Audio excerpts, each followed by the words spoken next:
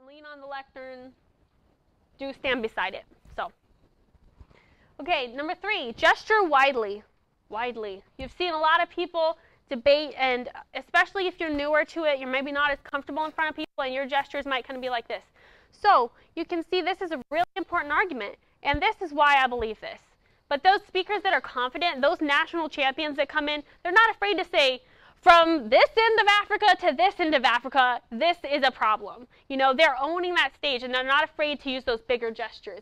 That's what you're aiming for, is that level of confidence. Right? What I like to say is if you're afraid to gesture, you're basically being Barney. So don't do that.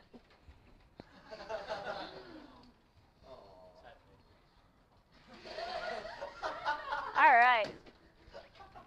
Those of you who are looking for a quick and easy take-home tip to increase your credibility need to learn the proper art of steepling. Everybody do this. See what I'm doing with my fingers? You're touching all your fingertips, but then you're kind of relaxing your wrists. Okay, that's called steepling. And there are loads of studies backing up the fact that this gesture, simply doing this with your hands, automatically makes you more credible, it makes you more dominant, it makes you seem more intelligent, and it makes you in charge and in control of the room. All right, so that's one to practice. That's especially good in extemp, or when you're pushing that podium to the side and you're just standing there. This should be your default. All right, Spencer? Yeah, actually, steepling is it's a poker gesture. So they did a study in a game of poker. Yeah. A lot of people like to fake out like their opponents to bluff, basically. And there are a number of things you can do. For instance, having your hand like this means you're not confident. Putting your thumb under your chin means you are confident at the table. So a number of things that this study actually play psychologically into the game of poker. And one of the main things is the steepling motion is a power gesture. And that's meant to just convey the message that you have to the cards or in debate that you feel like talking about. Yeah. You could be bluffing, you could be faking it, but it's just like confidence. Right. A lot of times it's really interesting. If you watch debates on TV or political things, and if somebody's really confident in what they just said, it's just like a default human reaction to do this. And when you're done with what you're saying and you do this, it seems like you know what you're talking about. So if somebody has a good hand in poker and they know it and they're like, oh yeah, I'll raise you 5,000, you know, and they do that, they're probably not bluffing, because that's a confidence exuding gesture. Yeah, that's very interesting. Okay, the other thing you want to do is gesture palms down. That shows that you're in charge, that you're in control, and that you've got this. All right, you've got this. And you saw Obama doing that in the picture earlier. Palms up gestures, it makes you seem like you're trying to beg for something. And we've actually seen that chimpanzees do that in nature or whatever. When they are begging for food, they do that. All right, so know what to do with your hands. You don't want to end up in that dilemma. So practice steepling and fall back on that. At the table, who's gotten judge comments about your face or your conduct at the table when you're not even speaking? Okay, yes, we all have, right? Like I said earlier, nonverbals communicate more than what you say in your 8-minute speech or your 5-minute speech. Nonverbals are communicating twice the amount of that. So that includes when you're at the table. The judge can still see you. It's still conveying a message about who you are and what your position is and what your team is and whether or not you know what you're doing and whether or not you deserve to win. So when you're at the table, how can you look credible? Lean forward. This has been scientifically shown to seem that you're engaged, that you care, that you're confident. So don't be one of those like leaning back like, oh yeah, I've heard this speech before. It's really awesome. You want to lean forward, be engaged. You want to take notes and look interested, even if you have heard that speech a zillion times. You want to look interested.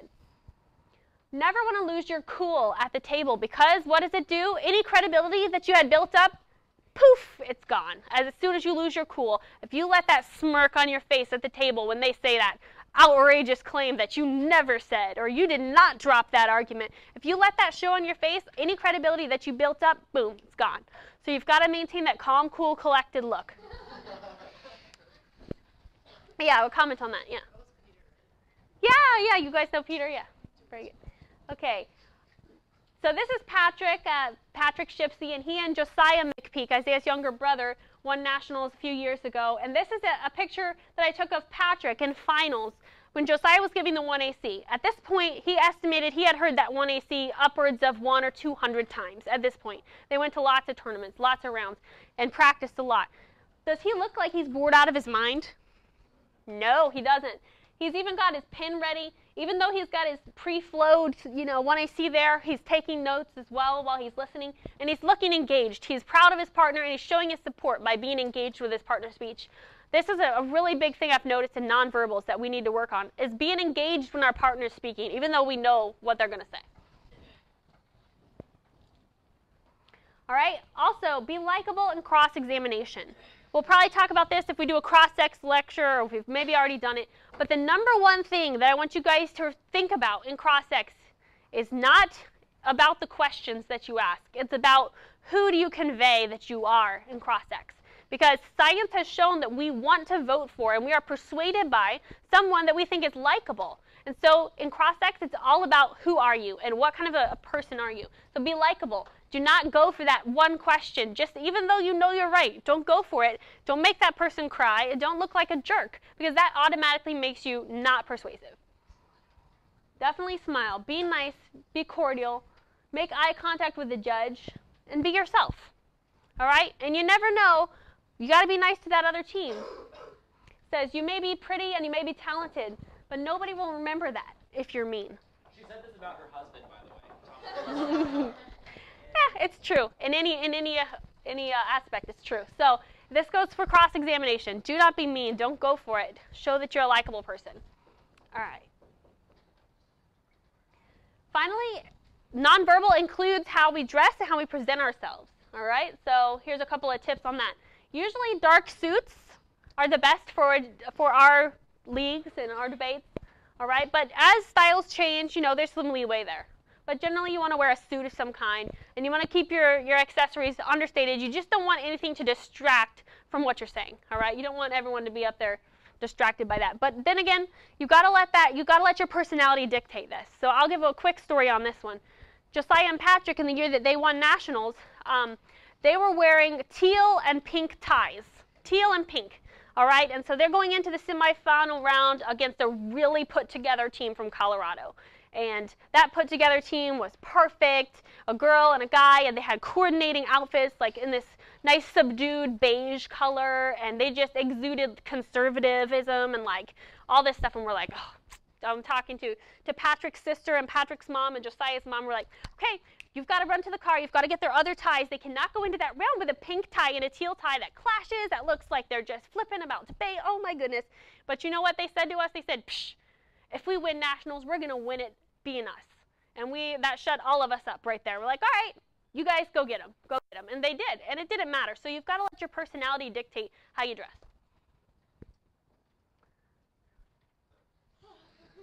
Words to live by. That's right. That's right. All right, finally we talk about hair.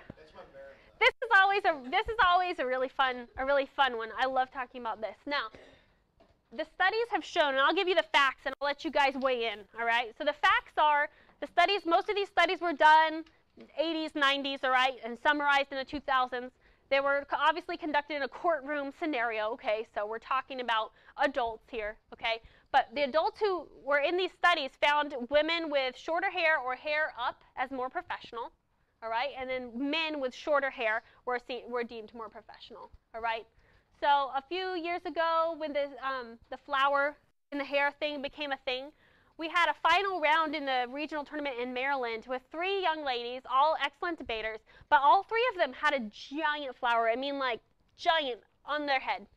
I just thought, you wouldn't see someone arguing in a courtroom situation with a flower in their hair. You really wouldn't. And I mean, yes, they're high schoolers, and yes, there's some style that needs to be expressed. But I always would tell my female debaters, save it for the after party, all right? Break out whatever you want to break out for the party after. But you know what? When you're in the debate round, you got to treat it with a certain level of professionalism. And for guys, men with shorter hair are seen as more competent, more mature, more wise, masculine, intelligent, dynamic, and attractive.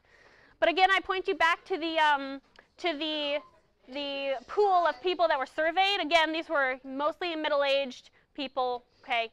So this may not be true if you're a pop singer, you know, this may not be true if you're a rock star, but in debate, in a courtroom scenario, you got to think about that target audience. So your mom is probably right if she's telling you you need your hair cut before that tournament. Basically, the point is the people who did the survey are the people who are judging you. Yeah. So. Yeah, sorry. Yep, Claire. Along those same lines of what Amy was saying about girls' hair earlier, generally best to keep your hair up. I ended up getting so sick of mine being up all the time that I just cut it off and it works better anyway. But yeah, if you put your hair up, you are perceived as a lot more credible. Yeah. Are perceived as a lot more put together and a lot more tidy. And quite honestly, it's a lot easier when you're doing $12 for the day. Exactly. So, I mean, yeah, the thing is with hair, definitely come up and ask me questions afterwards because I could talk about hair all day. All right. Now, why nonverbals matter, a case study. Here's an example of the 1960 presidential debate, which, if you guys don't remember, it was the first time that a presidential debate was televised in the United States, all right? But prior to that, it was only on the radio. So this particular year, you have a lot of people tuning in on the radio, and then you have a lot of people also either watching on the TV. So we had Kennedy versus Nixon. And the backstory here is that Kennedy was well rested. He was well tanned. He allowed the people behind the stage to put makeup on him, all right, to enhance his complexion, even though it was black and white, you know. He allowed them to do that. And Nixon, unfortunately, he wouldn't take the makeup. I mean, but it was TV, not debate. He was tired from campaigning. He was actually sick. And the worst thing he did was wear a gray suit, which blended him into the background, all right? So what happened? What we saw was that TV viewers overwhelmingly felt Kennedy owned that debate. Then people listening on the radio who weren't swayed by those nonverbals that you see when you're watching someone speak thought that Nixon owned that debate. And why is this? Because nonverbals communicate more than the words that you say. So over 50% of people said that this debate influenced their votes. So it really matters what you wear and how you present yourselves nonverbally. So don't underestimate the power of nonverbals and use them to your advantage as you try to go forth from here to present a credible appearance. All right, I think that wraps it up. Yep.